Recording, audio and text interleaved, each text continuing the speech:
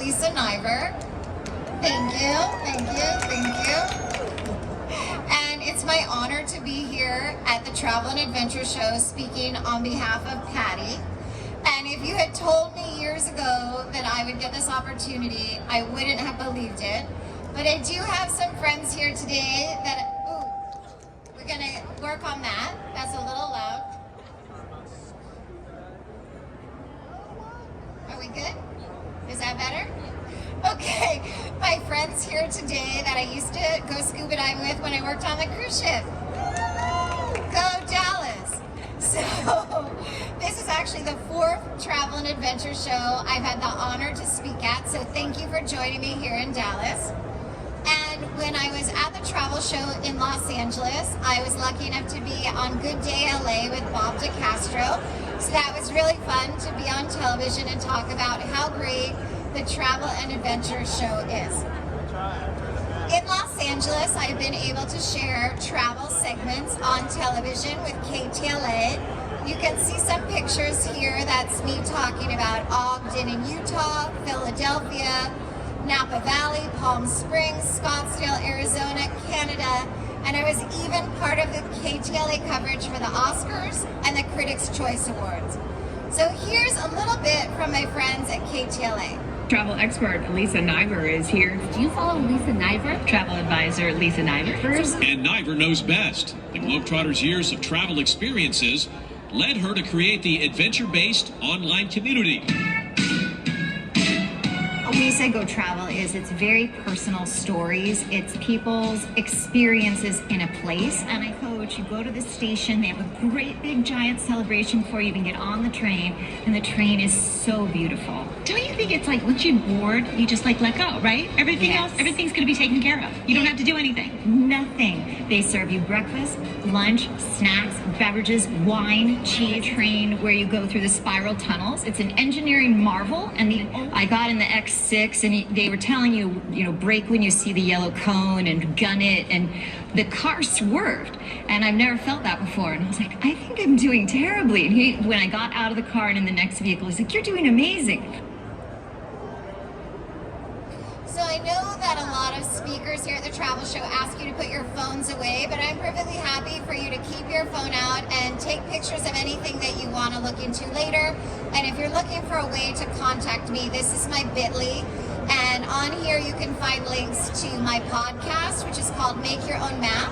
And in 90 days, I've been watched in 18 countries on 5 continents. Thank you. And my YouTube channel is very, very close to 2 million views, so you can find my travel videos there. And there's lots of other information about me, and of course all my social media links, so please feel free to take any pictures. You can send them to me, and I'm happy to take pictures with you after. So if you're wondering, how did this all get started? Well, in 1981, my family took me on a cruise on Royal Cruise Line in the Mediterranean. And up until that point, I honestly thought that history was very boring. But I had the opportunity to walk through the pyramids in Egypt, the Parthenon in Greece. I put my own note in the Western Wall in Jerusalem. I saw the library at Ephesus in Turkey, and I wanted to know more about everything. And I was hooked on travel.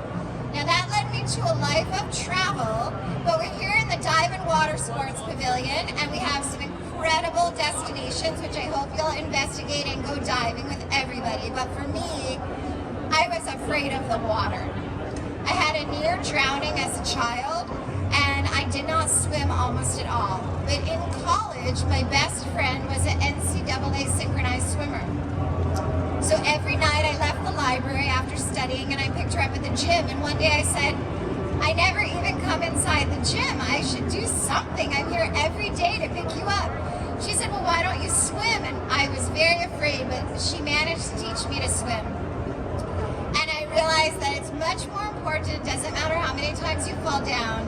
It matters how many times you get up. So if you're afraid of swimming or snorkeling or scuba diving, you could try something. And of course, in scuba diving, we always go with a buddy. So when you have a friend or a buddy, that makes everything better. So at PADI, we've trained more than 29 million people. exciting course in mermaiding. So if you didn't get your picture with Megan the Mermaid, you want to make sure to do that today. And she said she could even teach me to be a mermaid. I'm not so sure that's possible, but we'll see. So if you haven't been scuba diving yet, first you learn about scuba in the pool, and then you go into the open water. And again, like I said, I was very challenging to teach, but my instructor worked with me very closely. He even brought an extra instructor just for me in case I needed more help. But it turned out I was not so terrible in the water. And I first learned to scuba dive in Monterey Bay. So if you haven't been scuba diving in California, Monterey Bay is amazing. Being in the kelp forest is phenomenal. The only thing is, it's a little bit chilly. So I was interested in finding out more about different kinds of diving. At the time, I was teaching school, and you can see that my friend brought animals to my classroom. That 12-foot long boa constrictor, that name of that boa constrictor is Julius Squeezer. Yes, so Julius Squeezer came to class, and then we were studying the desert, and we wrote to my friend Lainey, and we said, could you bring the animals of the desert? And one of the first graders in our email said, it would be so great if you could bring a camel. And so I faithfully typed the request, never ever imagining that Lainey would show up with an actual camel. And in fact, the funniest thing about that picture is one of the parents came up to me and said, I can't believe you photoshopped a photo of a camel into the kid's picture.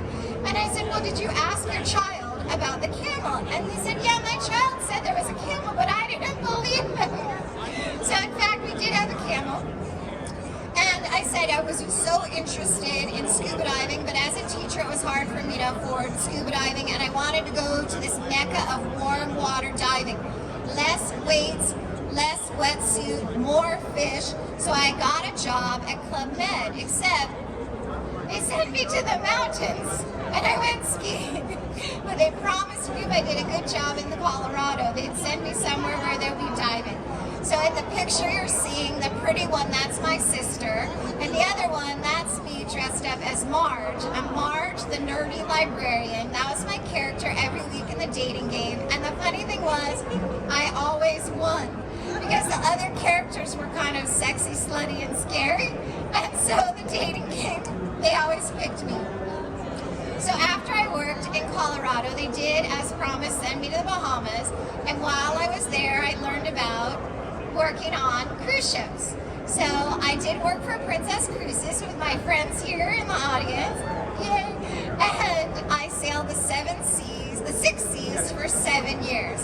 I never ever imagined that after watching The Love Boat on television every Saturday night before Fantasy Island, that I would actually work there.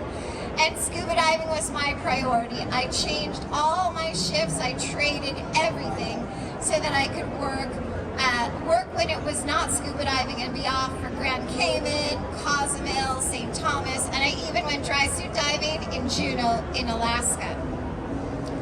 Some of the places I've gotten to go because of scuba diving and my stories, this wall that you're looking at, that is not a wall of barracudas, it's more like a tornado.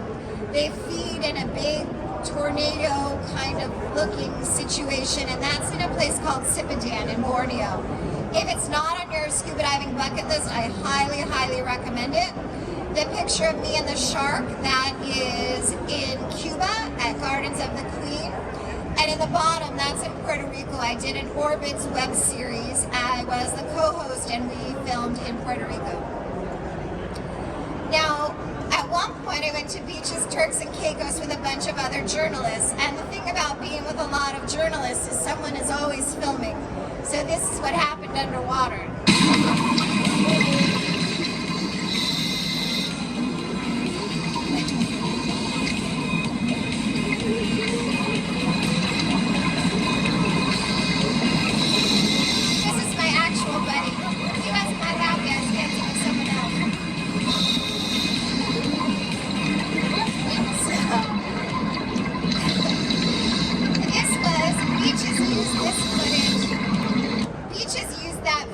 for PADI International Women's Day. So that was very fun to show our dancing underwater and being silly. So here's some photos. These are my Dive Buddies photos from Belize. So when you're underwater, you never know exactly what you're going to see, but we were fortunate to see so many incredible creatures. So wherever you go in the world, the only time I knew everything I was going to see in the water was when I was working at the Long Beach Aquarium. I used to dive every Saturday as a safety diver, and I knew everything I would see because it's an aquarium. So we're here talking about PADI and diving, and one of the most important things about PADI is how they work so hard together to take care of our oceans.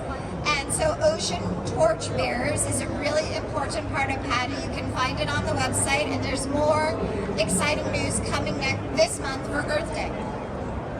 So one of the things I've been able to be a part of is the coral restoration with Buddy Dive and Bonaire. So when you go diving, of course you want to see the coral and you want to see it alive. But the coral is having some problems because of the changes in pH and temperature around our world. So many dive shops, dive sites, and tourism destinations are working on projects for coral restoration. So this is one at Buddy Dive and Bonaire. And when you're going diving, one of the things you can do is take a course on coral restoration and participate in helping the coral. Another really important thing is that different creatures belong in different ecosystems. So the lionfish belongs where I very first saw, which is in the Red Sea. And the lionfish is an incredible creature, but unfortunately we now have them in the Caribbean and Florida. And the lionfish do not belong, and the lionfish are taking over and causing problems. So one of the ways that you can help, whether you're a diver or not, is to eat lionfish. Lionfish are super tasty. So I was somewhere where they speared a lionfish during the dive, and we had it for lunch. So there are certain culinary institutes where they're training the chefs to prepare lionfish, and so that's an interesting way that you can make a difference. Eat lionfish, request lionfish. So one of the bucket list destinations around the world, and one of the sponsors of the Dallas conference, is Fiji.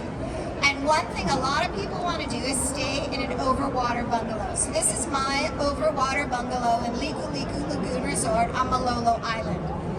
So when you're choosing where to go around the world, you can make a difference by where you stay. In Fiji, in Malolo Island, they are saving the Fijian crested iguana.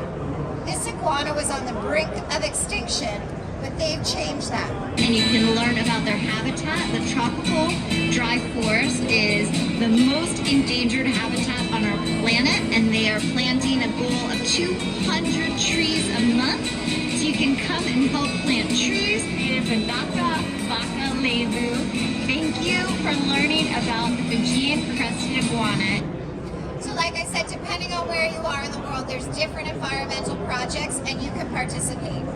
For one story I was doing for Smithsonian Magazine, I went to the Solomon Islands and I went diving with different wrecks, but I was mainly there because it was the 75th anniversary of the Battle of Guadalcanal. And I got to share that story for a TV program called The Jet Set. South Pacific in the Solomon Islands. There's 900 islands here. I flew here on Fiji Air, Los Angeles to Fiji, and then 3 hours to get to the Solomon Islands.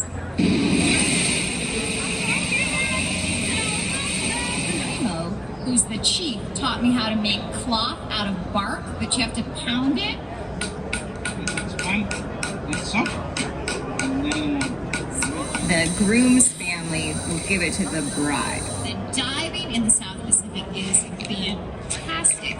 Because of the battles that happened here, I've seen many wrecks underwater. Japanese wrecks, American wrecks, and tremendous creatures. Eagle rays, cuttlefish, turtles. It's really spectacular. So another story I got to do also from the Solomon Islands was for Saturday Evening Post, and I got to interview this gentleman, this soldier, Roy Rausch. He was at the battle. So he was 17 when I met him 75 years after he was there, and he also served in the Korean War as a fighter pilot. So I told you I was in Sipadan in Indonesia, and from Sipadan, so Indonesia is in between Australia and Asia. You can see there's Indonesia and Malaysia and Borneo.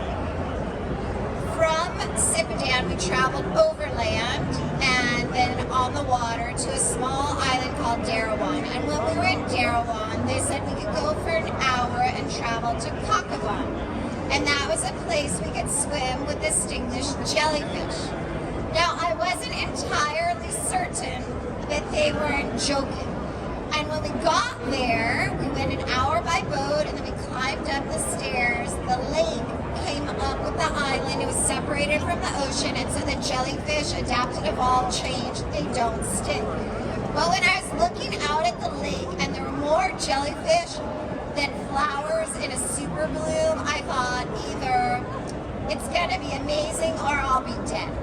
And it turns out they don't sting. So it's like swimming in jello. They you feel them. Anyway, after we were there, it was so great, I went to Palau. And in Palau, they said, would you like to swim with a stingless jellyfish? This is the only place in the world that you can do it. And I said, that's interesting. Are you sure about your answer? And they said, yes, this is the only place. I said, well, that's awfully confusing since I've already done it and I've never been here. So it turns out there's 4 places in the world where you can swim with distinguished jellyfish, but you need to make sure that it's the right time because sometimes the jellyfish go back into their larval stage. There's nothing to swim with. And sometimes in Palau particularly, because of the ecosystem, there's a time when the tourists are not allowed to go to make sure that the lake is healthy. And also, you can see from this picture, no fins. So the fins, they're not so good for the jellyfish. But I did love being in Palau. And in Palau, I went scuba diving at Blue Corner. They hook you in with a clip and you literally float in the water like a kite. And the fish swim by you. It's so incredible.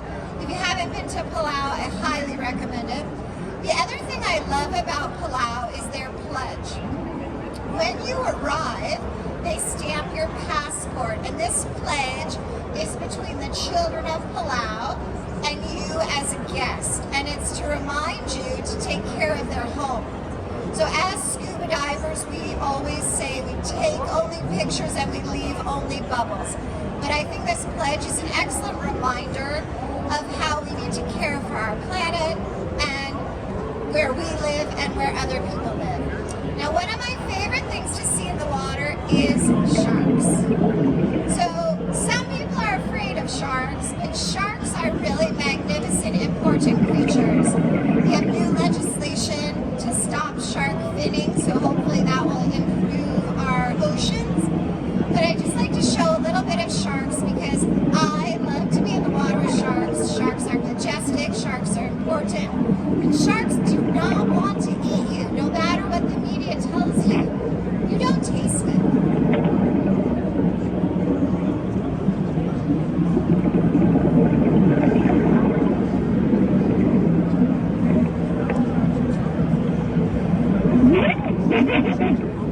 Sometimes you can hear me underwater. Ask my dive buddies. That's right, Julie says it's a shark. So, different places I have been featured about being a journalist. I was in Business Insider and I went backpacking. I've done a lot of different things. I've worked on the ship in September. I have a book coming out, so hopefully next year at the show when I see you, I'll be able to sign my book for you. This picture is when my traveling partner bet me I couldn't carry both backpacks. And I proved that I could, but then I realized it's a sucker's bet because you're carrying both backpacks. So don't take that bet. So when I was growing up, I had a lot of issues. I had a lot of accidents. Everyone told me that I was clumsy and not very athletic, and I told you I had a near drowning.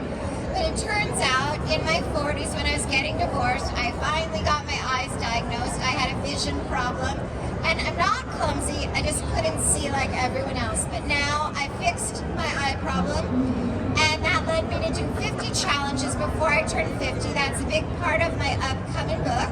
And this was by far my scariest challenge, but I lived and I recommend it. It was fun.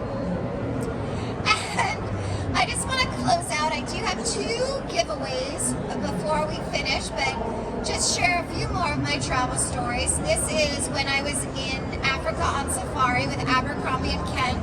We went to a school in Kenya, and I was sharing with the students the pictures of the animals. So when we travel, I hope you'll get to go somewhere new this year, because we always learn something different. We can see just for a moment what life is like through someone else's eyes. And we live on different continents, and we live in very different kinds of houses. I stayed in this ger in Mongolia. I was on an 11-day adventure by van to the Gobi Desert. We saw camels being sheared. We stayed in the gers. And you may or may not know I travel around the world with my hula hoop. I have it here, and it will be the beginning of my afternoon talk in the other theater. But we wear different clothes, and we play with different games. But if you are just make a smile, try to learn a word in someone else's language, it could lead to making new friends. And around the world, I've been so lucky to meet children in Vanuatu, Tonga, Samoa, Vietnam, Indonesia. And I can tell you, wherever you go, parents want the same thing for their children. They want them to be healthy, they want them to be happy, and they want them to have a better life. So we want you to do more scuba diving. So like I said, I have 2 things to give away. The first one is from PADI. So under someone's chair is my card with a sticker. So I see, if you look right there, I see one in the next chair in the front. And I think there's one under your chair over there. Look down at the foot of the chair. So does someone have one with a mermaid on it, or would you have a rainbow? Oh, you have a butterfly. You have a rainbow? You have a rainbow. So you won a PADI course today. So I'll take your email at the end. I'll get you your PADI course. And for you, you have won 2 tickets for Dallas City Pass. So give me your email, and I will get you started on your adventures right here in Dallas. So I really want to appreciate all of you coming to my talk today. If you want to reach PADI, you can find them on Instagram, and of course the booth right